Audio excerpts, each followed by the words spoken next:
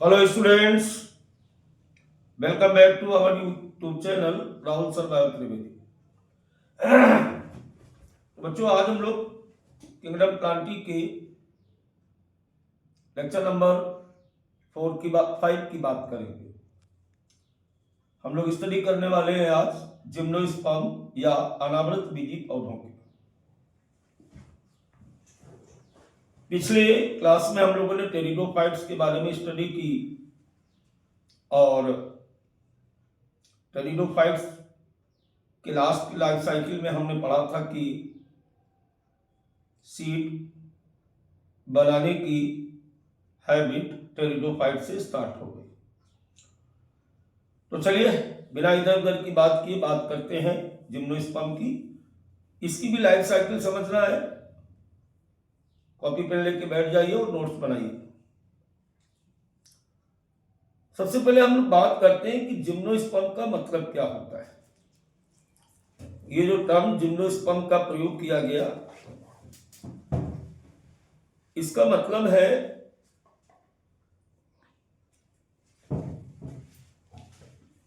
Term gymnosperm दो शब्दों से मिलकर के बना हुआ है। एक होता है जिम्नो और इसका मतलब होता है नेक्ड या नग्न। दूसरा होता है स्पर्मा। स्पर्मा का मतलब बच्चों होता है सीड या बीज। इस डिवीजन या प्रभाग के अंतर्गत आने वाले सभी प्रकार के पौधों के बीज कैसे होते? नग्न होते। अब आपके दिमाग में एक बात होगी कि सर बीज तो सभी नग्न दिखाई देते हैं। ऐसा नहीं है, देखो यहां पर और इसमें दोनों में एक अंतर देखिए। ये जो आपके सामने बना हुआ है ये जिम्नोस्पर्म है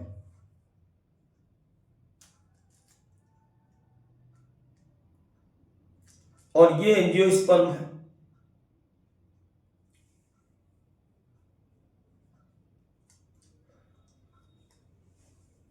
हिंदी में इसे कहते हैं आवृत बीजी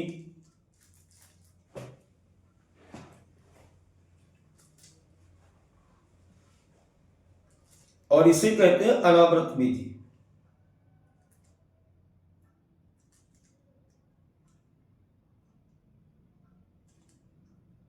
अनावृत का मतलब क्या है? बीज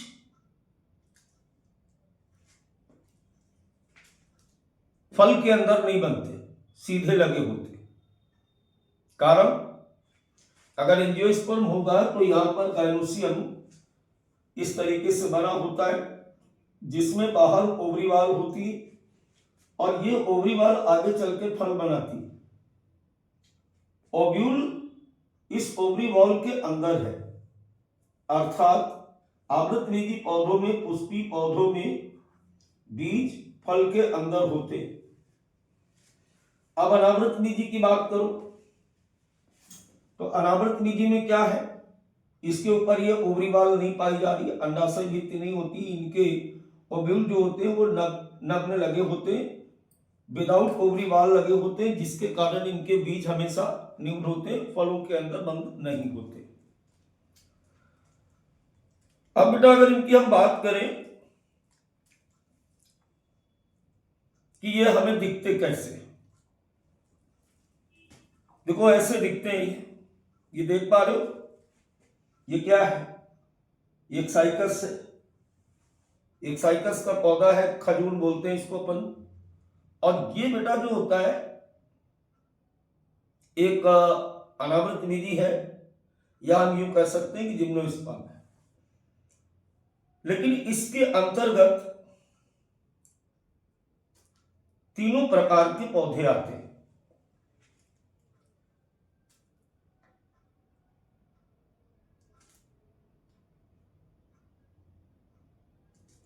जैसे श्रम, झाड़ी भी होती है। अब झाड़ी में कौन आता है? थूजा। थूजा जानते हो? मोरपंखी।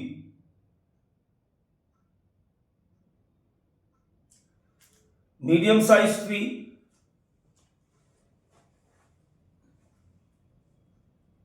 मध्यम आकार के वृक्ष जैसे साइकस, पाइनस या चीड़ के पौधे, ये मीडियम साइज के जिम्नोस्पर्म हैं। इसके अलावा दुनिया का सबसे लंबा पौधा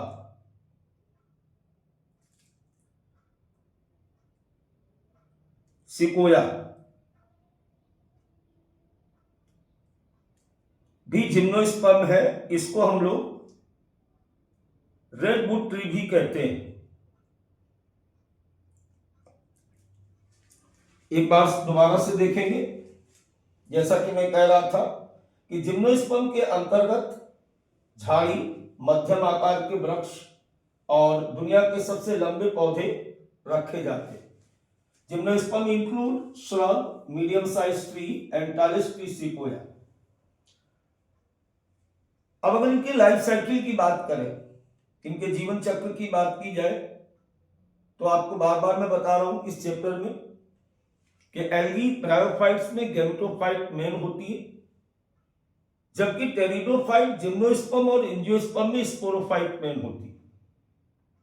जो प्लांट बॉडी आपको दिखती है वो स्पोरोफाइट,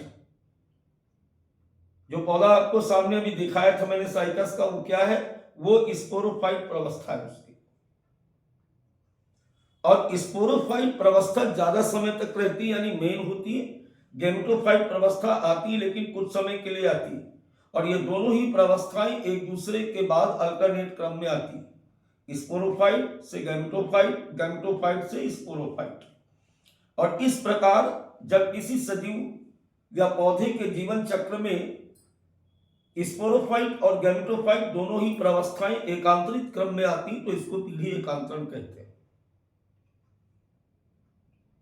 चलिए बात कर लेते हैं स्पोरोफाइट की। इनकी जो स्पोरोफाइट प्रवस्था होती है वो कैसी है बेटा? मेन स्टेज है। देखो, बायोलॉजी बिल्कुल भी थ्योरेटिकल नहीं होती, बट 99% लोग यही बोलते हैं कि थ्योरी है। इसको समझना एकमात्र ऐसा सब्जेक्ट है बेटा, एकमात्र ऐसा सब्जेक्ट है जो विजुअलाइज होता है, दिखाई देता है। जो भी मैं बोल रहा हूं वो साइकस में दिखेगा आपको, पाइनस में दिखेगा, सिट्रस देवदारा में दिखेगा, थूजा में दिखेगा, बाकी किसी सब्जेक्ट में दिखता नहीं है। इमेजिनेट करिए, स्पोरोफाइट प्रवस्था कैसी है? मुख्य प्रवस्था है, और यह मुख्य प्रवस्था बेटा जड़ में, तने में और पत्तियों में विभाजित रहती।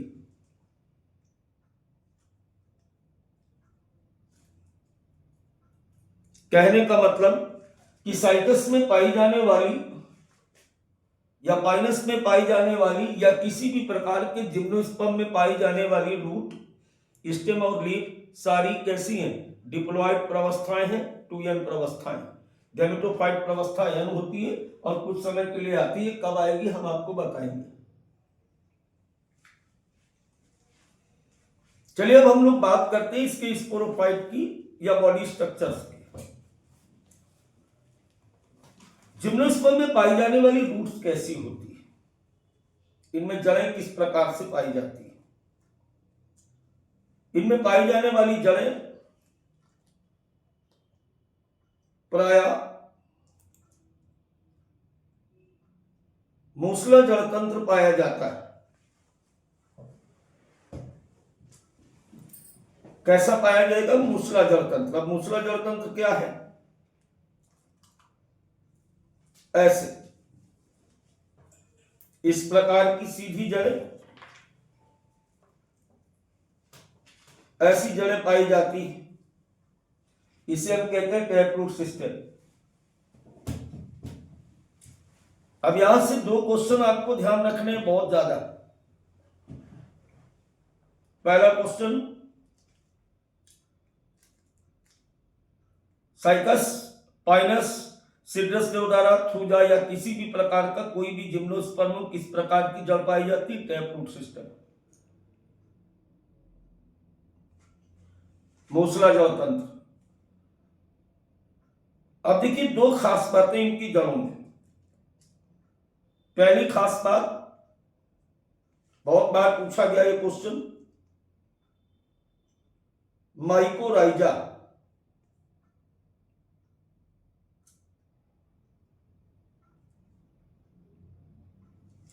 ये माइकोराइजा क्या है?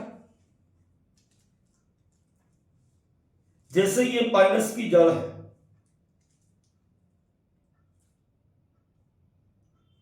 पाइनस जानते हो, पाइनस का मतलब होता है चीड़।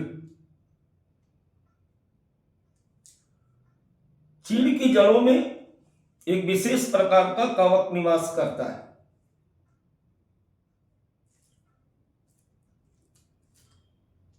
इस प्रकार से, ऐसे ये जड़ के अंदर ये रूट क्या है, रूट ऑफ पाइनस, और इसके अंदर ये एक प्रकार का फंगस पाया जाता है, एक प्रकार का कवक होता है। तो कवक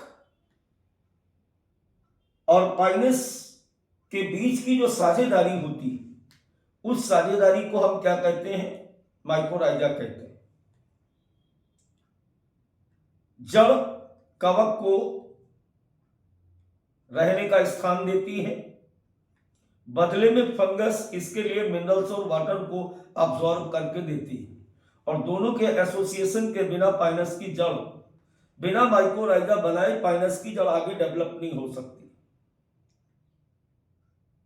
पूरी बात समझ में आ गई? Root in some genera have fungal association just like in Pinus, and this association or the fungal association in pinus is called mycorrhiza। पहला क्वेश्चन ये आपको याद रखना पड़ेगा। Roots provided shelter for the fungi and fungi absorb minerals and water for the roots। ये आपसी साझेदारी हो गई। अब दूसरा क्वेश्चन एक और, कोरोलॉइड रूट्स। कोरोलॉइड रूट्स की अगर बात करो,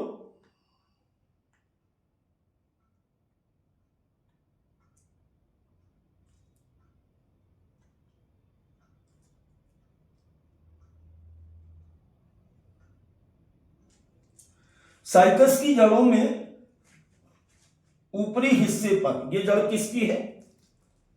ये साइकस है।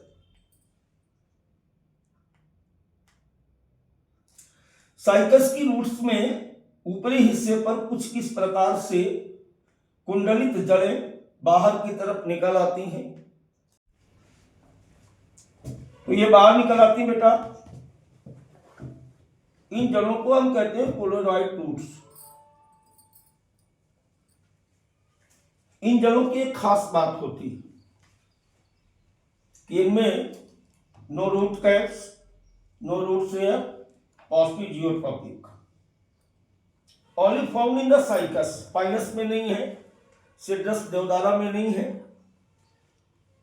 अब ये पाई क्यों जाती, या यहां पर क्या होता है? ये बेटा क्या करती, एंटू फिक्शन करती,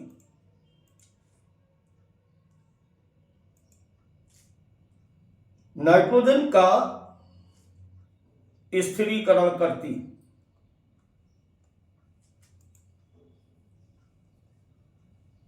देखो बार बार मैं कहता हूं, फिक्स क्वेश्चन होते हैं वहीं से आते हैं, दुनिया भर का ज्ञानबाजी नहीं पढ़ना, जितना बताया जा रहा इसी में से मिलेगा। तो मैंने आपको बताया था कि स्पोरोफाइट पूर्ण रूप से विकसित है, जड़ तना पत्ती पुष्प, जड़ तना पत्ती में विभाजित है। फिर हम लोगों ने बात स्टार्ट की जड़ की। जड़ कैसी है? Tap root system. दूसरा question mycorrhiza, Pinus fungal association. Pinus की रूट में फंगस का पाया जाना ही माइकोराइजा है। अगला क्वेश्चन था कोरोलॉइड रूट्स।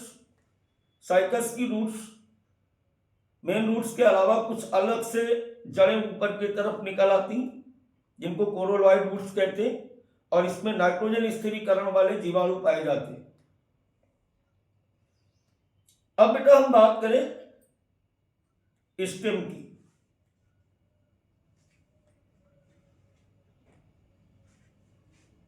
साइकस में पाए जाने वाले जो स्टेम होते हैं वो कैसे होते हैं?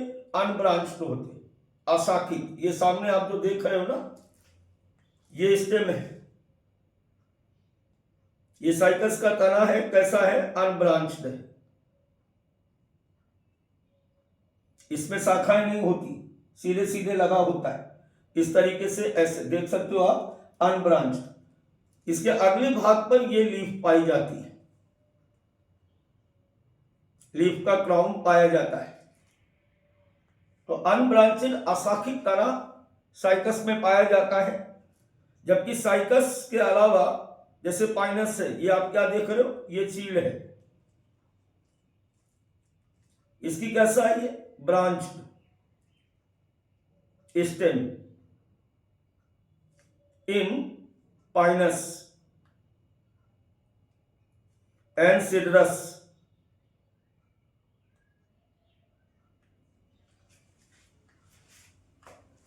जैसा कि मैं आपको बता रहा था अभी कि अगर हम स्टेम की बात करें, पहले हमने रूट की बात की, अब हम स्टेम की बात कर रहे हैं। साइकस में पाया जाने वाला स्टेम आपको कैसे दिख रहा है बेटा? इस तरीके से दिख रहा है, ये अशाखित होता है। लेकिन अगर हम बात करें किसकी, पाइनस के रूट की बात करें, पाइनस के स्टेम की बात करें, चीड़ की बात करें, तो ये कैसे दिख रहा है मेरे को? ऐसे दिख रहा है। इसमें बहुत सारे क्या पाए जाते हैं? शाखाएं पाई जाती हैं। इसी प्रकार देवदार भी एक अनावृत बीजी है, जिम्नोस्पर्म में, वो भी शाखित होता है। अब बेटा अगर हम इसकी बात करें, लीफ की, पत्ती की बात करें, इसमें सरल और संयुक्त दोनों प्रकार की पत्तियां पाई जाती, simple and compound both type leaf presence in gymnosperm. Cycas में पाई जाने वाली लीफ कैसी होती? अभी मैंने आपको क्या दिखाया कि जैसे ये साइकस है, और साइकस के ऊपर इस प्रकार से ये क्राउन जैसी संरचना दिखाई देती, ऐसे। अरे भाई, ये वैसे भी देखो होगा, और शादी विवाह में भी ऑर्नामेंटल के रूप में आजकल प्लास्टिक के साइकस बहुत लगाए जाते हैं। इस तरीके से ये लीफ आपको दिखाई दे रही है। तो तने के शीर्ष भाग पर इस प्रकार से पत्तियां लगी होती। कैसी होती? Pinnately, pinnately compound. इसका क्या मतलब होता है? खजूर वाला पंखा घर पे देखा है? इसको हिंदी में क्या कहते हैं? पिच्छाकार संयुक्त।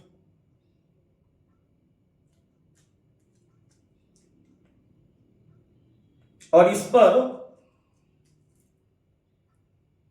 इस प्रकार से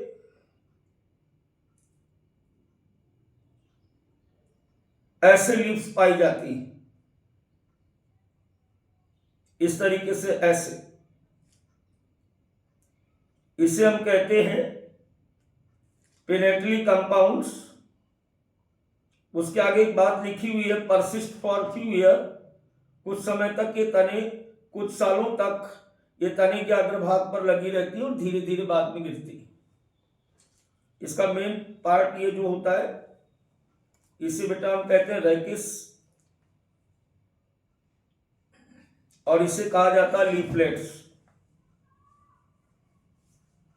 पत्रक। तो साइकस की इस तरीके से दिखती है। यही अगर हम पाइनस की बात करें, तो पाइनस में पत्तियां जो होती हैं वो निडल लाइक होती हैं, सूचियाकार होती हैं, ऐसे।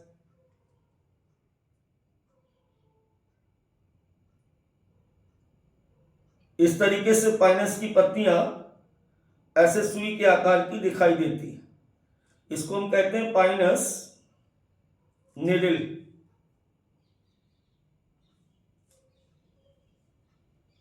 सरफेस एरिया को कम करती। जबकि अगर हम एक क्वेश्चन और यहां पूछा जाता है जिंगोपाम, एनसीईआरटी में फिगर भी बना हुआ है।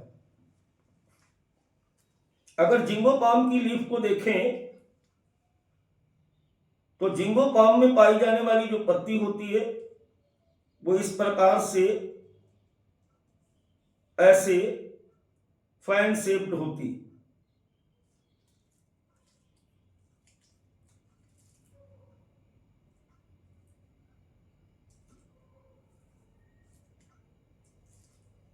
इस तरीके से आपको ये फैन शेप्ड पंखे के आकार की ऐसी लीफ दिखाई देगी। ये किसकी है? जिंगोपाम कहते हैं, गिंगोपाम कहते हैं, जो भी आप कह लो, ये जिंगोपाम लीफ या फैन शेप्ड लीफ।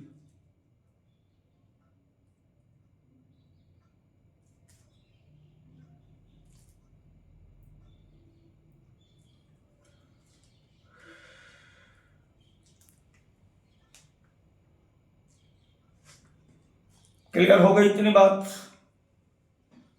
अब देखिए, जो जिम्नोस्पर्म होते हैं ये मरुस्थलीय स्थानों पर या जीरोफाइट एडाप्टेशन, मरुस्थलीय अनुकूलन पाया जाता है, इनमें जीरोफाइट एडाप्टेशन पाया जाता है। कम पानी वाले स्थानों पर भी ये आराम से रह लेते हैं। Gymnosperm are well adapted to withstand extremes of temperature, humidity and wind। कारण जो कोनिफर्स है, कोनिफरेंस एक ऑर्डर होता है, जिम्नोस्पर्म का एक ऑर्डर है कोनिफरेंस, और कोनिफरेंस उनको इसलिए कहा जाता है क्योंकि उनकी जो शाखाएं होती हैं वो इस प्रकार से ऐसे कोन बनाते हुए, ऐसे जैसे आपने देखा होगा क्रिसमस ट्री, वो भी इसी में आता है। तो जितने भी कोनिफरेंस होते हैं इनकी पत्तियां सुई के आकार की होती हैं, और सुई के आकार होने के कारण इनका सरफेस एरिया कम होता है, और सरफेस एरिया कम होने के कारण इनसे पानी का वेपराइजेशन कम होता है। दूसरा सबसे खास बात ये होती है कि थिक क्यूटिकल।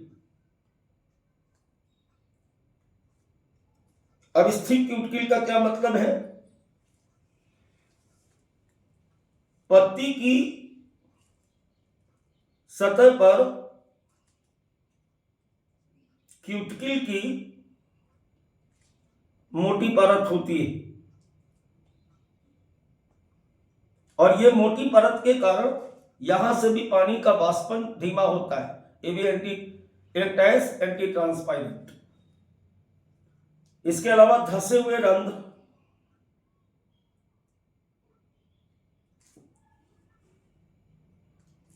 पत्तियों पर संकन स्टोमेटा की उपस्थिति, ये भी एंटी ट्रांसपायरेंट है। पूरी बात को दोबारा से समझे, क्योंकि ब्रायोफाइट्स पौधों की पत्तियों के जो पर्णफलक हैं वो संकरे होते हैं, लीफ सरफेस नैरो है, surface of leaf externally covered by cuticular layer, conceived sunken stomata, जिसकी वजह से कम पानी का लॉस करते हैं। वाटर लॉस कैसा है? बहुत कम है, और यही कारण है कि ये जीरोफाइटिक एडाप्टेशन अधिक टेम्परेचर वाले स्थानों, अधिक ह्यूमिड स्थानों पर भी आराम से रह लेते हैं। अब बच्चों इसके प्रजनन की बात करें, देखो यहां से बात को पूरी तरह समझने का प्रयास करना, सारी बातें यहां से आपको समझनी पड़ेंगी मजेदार तरीके से, क्योंकि अगर ये बात आपको समझ नहीं आएगी तो फिर कोई मतलब नहीं है इसका पढ़ने का। पूरी लाइफ साइकिल यहां पर समझनी पड़ेगी आपको। Gymnosperm are हेटेरोफिलस। हेटेरोफिलस हमने क्या कहा था? टेरिडोफाइट्स में हेटेरोफिली स्टार्ट हो गई थी। सिलाजिलेला और साल्विनिया में दो प्रकार के बीजाणु बनने स्टार्ट हुए थे। ये प्रक्रिया जिम्नोस्पर्म में आगे आई। अर्थात ये कैसे होते? बेटा ये होते हैं विषम पर्णी।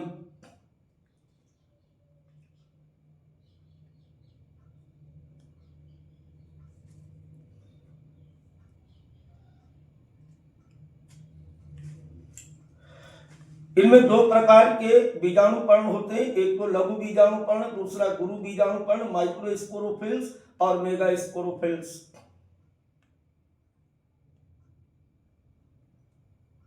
मेगास्पोरोफिल्स जो होती हैं या माइक्रोस्पोरोफिल्स जो होती हैं वो एक दूसरे के साथ कॉम्पैक्टली अरेंज हो जाती हैं। कॉम्पैक्टली अरेंज होने के बाद एक रचना बनाती हैं स्ट्रोबाइली। स्ट्रोबाइली पिछली क्लास में इक्विसिटम में बनना स्टार्ट हुई। इनिशिएशन टेरिडोफाइट से हुआ, फले फूले आकर के कहां पे, जिम्नोस्पर्म में। तो सभी के सभी लघु बीजाणुपर्ण एक साथ समूह में इकट्ठा होकर के एक गदा के आकार की रचना बनाती जिसे मेल स्ट्रोबाइली या मेल कोन कहते हैं। इसी प्रकार फीमेल कोन मेगास्पोरेंजिया आपस में कॉम्पैक्ट होकर के क्या बना लेती हैं, फीमेल कोन बना लेती है। I think my point is clear now. देखो ये कैसे दिखते हैं हम आपको दिखाते हैं अभी आपको इस जगह पर। अब देखो जैसे मैं कह रहा था कि मेल कोन कैसे देखेगा, ऐसे सभी के सभी माइक्रोस्पोरोफिल्स आपस में कॉम्पैक्ट हो गई और कॉम्पैक्ट होकर के क्या बनाती, मेल कोन बनाती इस तरीके से और फीमेल कोन बनाती इस तरीके से, ऐसे दिखेगा। बाकी मैं हाथ से ड्रॉ कर रहा हूं, आप देखिए इसको। और यहां से हम पूरी लाइफ साइकिल को पढ़ेंगे बड़ी ईमानदारी के साथ, वरना सारा मामला बिगड़ जाएगा। एक बात और समझ ले यहां पर कि साइकस हमेशा यूनिसेक्सुअल होता है, एक लिंगी, अर्थात नर और मादा दोनों पेड़ अलग अलग प्रकार के होते हैं। जबकि पाइनस में क्या होता है, male and female born on same tree in Pinus, different in Cycas. Cycas के दो अलग अलग पौधे हैं, नर पौधा अलग होगा, मादा पौधा अलग होगा। जबकि पाइनस में क्या होगा, पाइनस में पेड़ एक ही होगा, उसकी दो अलग अलग शाखाओं पर, एक शाखा पर मेल दूसरे पर फीमेल, ऐसे बनेगा। यहां पर अब जो भी हम आपको समझाने जा रहे हैं ये साइकस के जीवन चक्र या जिम्नोस्पर्म की लाइफ साइकिल पर बेसिस करेगा। चलिए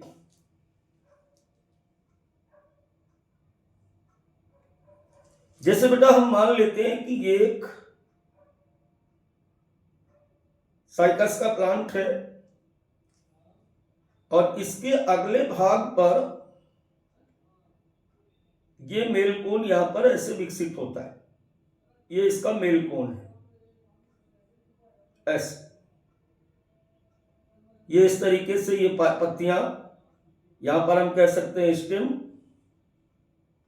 लीफ, और ये इसका मेल कोन। तो मेल कोन जो होता है वो सबसे ऊपरी भाग पर व्यवस्थित होता है।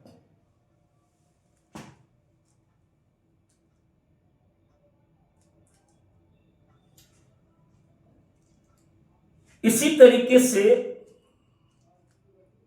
ये हम लोग मान लेते हैं कि ये एक फीमेल प्लांट है और फीमेल प्लांट के अगले भाग पर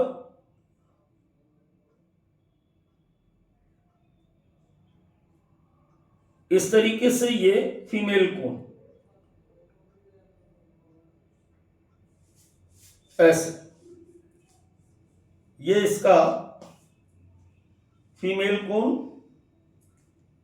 लीफ और ये स्टेम।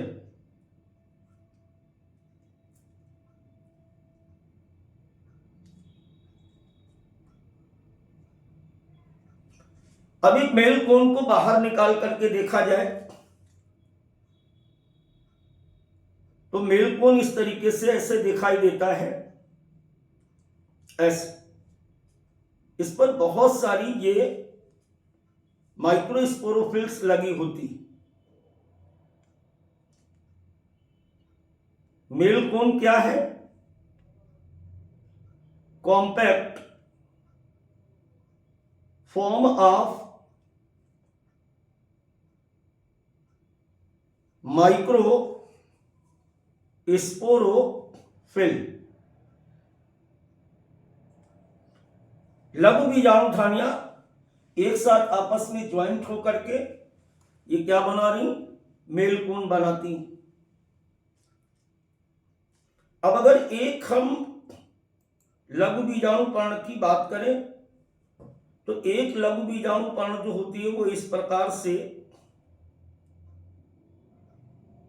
ऐसे दिखती है, ऐसे। ये केवल एक माइक्रोस्पोरोफिल्स है और इस पर बहुत सारी ये बीजाणु धानियां लगी होती, ऐसे। ये जो आपको दिख रही ये क्या है? ये है माइक्रोस्पोरेंजिया,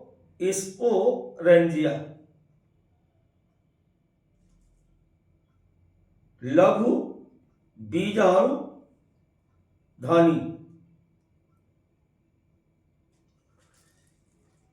लघु बीजाणु धानी के समूह को हम कहते हैं सोराई। क्या कहते हैं इसको? सोराई कहते हैं।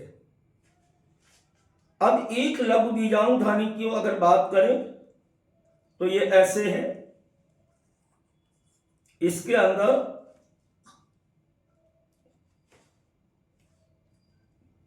ये मदर सेल, यहां पे होता है मियोसिस, अर्धसूत्री कोशिका विभाजन, और उस अर्धसूत्री कोशिका विभाजन के फलस्वरूप इस प्रकार से ये एक हैप्लॉइड रचना बनती है। इसे हम कहते हैं परागकण या पोलन ग्रेन्स।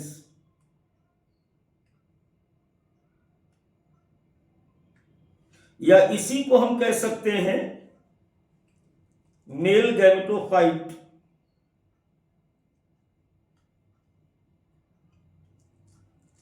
नर युग्मकोद्भिदी। इसका प्लॉइडी कैसा होगा? एन होगा। दोबारा से समझे पूरी बात को। सबसे पहले मैंने क्या कहा कि साइकस का नर पौधा अलग है, मादा पौधा अलग होता है। पाइनस में एक ही पौधे की दो अलग अलग शाखाओं पर बनते हैं। पौधे के एडल्ट हो जाने के बाद इसके अपाइकल एंड पर, टर्मिनल एंड पर बहुत सारी लघु बीजाणु धानी यानी माइक्रोस्पोरोफिल्स आपस में कॉम्पैक्ट होकर के एक कप शेप्ड स्ट्रक्चर बनाती। इस कप शेप्ड स्ट्रक्चर को हम मेल कोन कहते हैं। ये जो आप देख रहे हो ये मेल कोन है। Male cone compact form of microsporophylls. अब अगर इसकी एक पत्ती को निकाला जाए तो ऐसे दिखती, और उस एक पत्ती पर बहुत सारी माइक्रोस्पोरेंजिया लगी होती। माइक्रोस्पोरेंजिया के गुच्छे को हम कहते हैं सोरी। और इसके अब इसमें एक माइक्रोस्पोरेंजिया ये दिख रही है आपको। इस माइक्रोस्पोरेंजिया के अंदर बहुत सारी बीजाणु मात्र कोशिकाएं, स्पोर मदर सेल्स होती हैं, जो मियोसिस या अर्धसूत्री कोशिका विभाजन के द्वारा मेल गैमेटोफाइट या पोलन ग्रेन्स को जन्म देती है। बीजाणु धानियों के फटने पर परागकण बाहर आते और पॉलिनेशन या परागण के लिए तैयार होते। चलिए अब हम आपको ले चलते हैं फीमेल की तरफ, वहां कैसे होता है। अब बेटा यहां पर हम जो देख रहे हैं कि ये फीमेल प्लांट सब, इसके अग्रभाग पर ये फीमेल कोन बनती है। फीमेल कोन कैसे दिख रही है आपको? इस तरीके से दिख रही है। यहां पे आप देखिए, ये है हमारा फीमेल कोन। और इस फीमेल कोन पर ये लगे होते हैं हमारे ओव्यूल, अंडक। एक बात यहां पर बता दें, largest ovule found in cycas. पूरे पादप जगत में अगर सबसे बड़ा अंडक किसी का होता है तो साइकस का होता है। और जूम करो तो ये इस तरीके से दिख रहा है। ये है ओव्यूल। इसके ऊपरी भाग पर एक छोटा सा पोलन पोर होता है। इस तरीके से एक छोटा सा पोलन पोर पाया जाता है। चारों तरफ ये जो आप देख रहे हो ना, ये बीजांड आवरण है। इसे हम कहते हैं इंटेगुमेंट्स। और उसके अंदर ये जो दिख रहा है आपको, इसको कहते हैं न्यूसेलस। बीजांड चारों तरफ से बीजांड आवरण से कवर्णित है और अंदर वाला भाग जो होता है इसको कहते हैं न्यूसेलस। और अभी भी ये दोनों टूयन है, स्पोरोफाइट है, ये ध्यान रखना। ये भी टूयन है और ये भी टूयन है।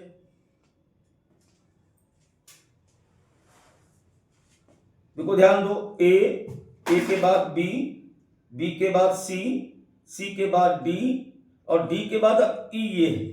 अचानक से न्यूसेलस के अंदर कुछ कोशिकाएं क्या करती हैं, मियोसिस करती हैं, अर्धसूत्री कोशिका विभाजन करती हैं और ये 4 अगुणित कोशिकाएं या हैप्लॉइड सेल बनाती हैं।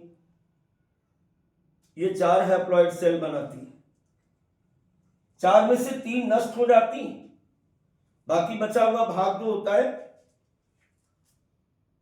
वो ये बन गया हमारा फीमेल गैमेटोफाइट।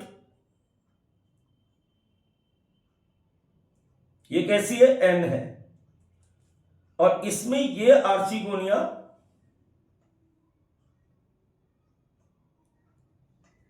या मेगा स्पोरेंजियम कह सकते हो, जिसके अंदर ये एग रखा होता है। अब क्या होगा, अभी तक हमने आपको क्या पढ़ा है एल्गी में, ब्रायोफाइट्स, टेरिडोफाइट्स में कि परागण के लिए किसकी आवश्यकता होती है, जल की आवश्यकता होती है। यहां पे ऐसा नहीं है। यहां निषेचन से पहले ये जो मेल गैमेट्स थे ये इस तरीके से ऐसे आते हैं और इसे हम कहते हैं परागण। इसे कहा जाता है पॉलिनेशन। क्या बोलेंगे इसको, पॉलिनेशन। यहां लिख देते हैं पॉलिनेशन किसके द्वारा, एनिमोफिलस। एनिमोफिलस का मतलब क्या है, वायु परागण।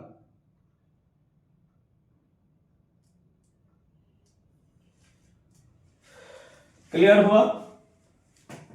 ये वाला ऊपर वाला पहले समझ में आ गया था।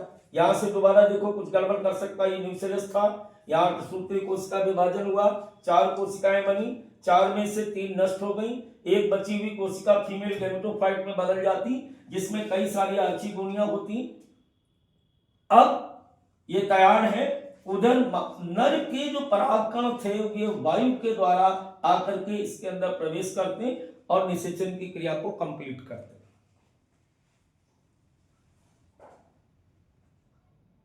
क्लियर हो गई इतनी बात। अब इसके बाद क्या होगा, इसके बाद क्या होगा, जाइगोट बनेगा। जाइगोट के बाद क्या होगा, एम्ब्रियो बनेगा। एम्ब्रियो के बाद क्या होगा, सीड बनेगा। और सीड के बाद क्या होगा, फिर से जर्मिनेशन होगा। और जर्मिनेशन के बाद मेल और फीमेल प्लांट वापस से बन जाएंगे। तो ये पूरी बात आपको समझ में आ गई। देखो बेटा, जब तक किसी भी सब्जेक्ट को आप प्रॉपरली ठीक से नहीं समझोगे ना, तब तक मजा नहीं आएगा। अब बचा केवल इसमें एंजियोस्पर्म। फिर मिलते हैं एक नई क्लास के साथ, एंजियोस्पर्म के साथ। और वास्तव में एंजियोस्पर्म तो जो होता है वो 12th का पहला चैप्टर है, sexual reproduction in flowering plant. स्वभाव में मजा आता है, लेकिन एक शॉर्ट में हम आपको एंजियोस्पर्म की लाइफ साइकिल भी समझा देंगे। तब तक के लिए बाय बाय। फिर मिलते हैं एक नई क्लास में।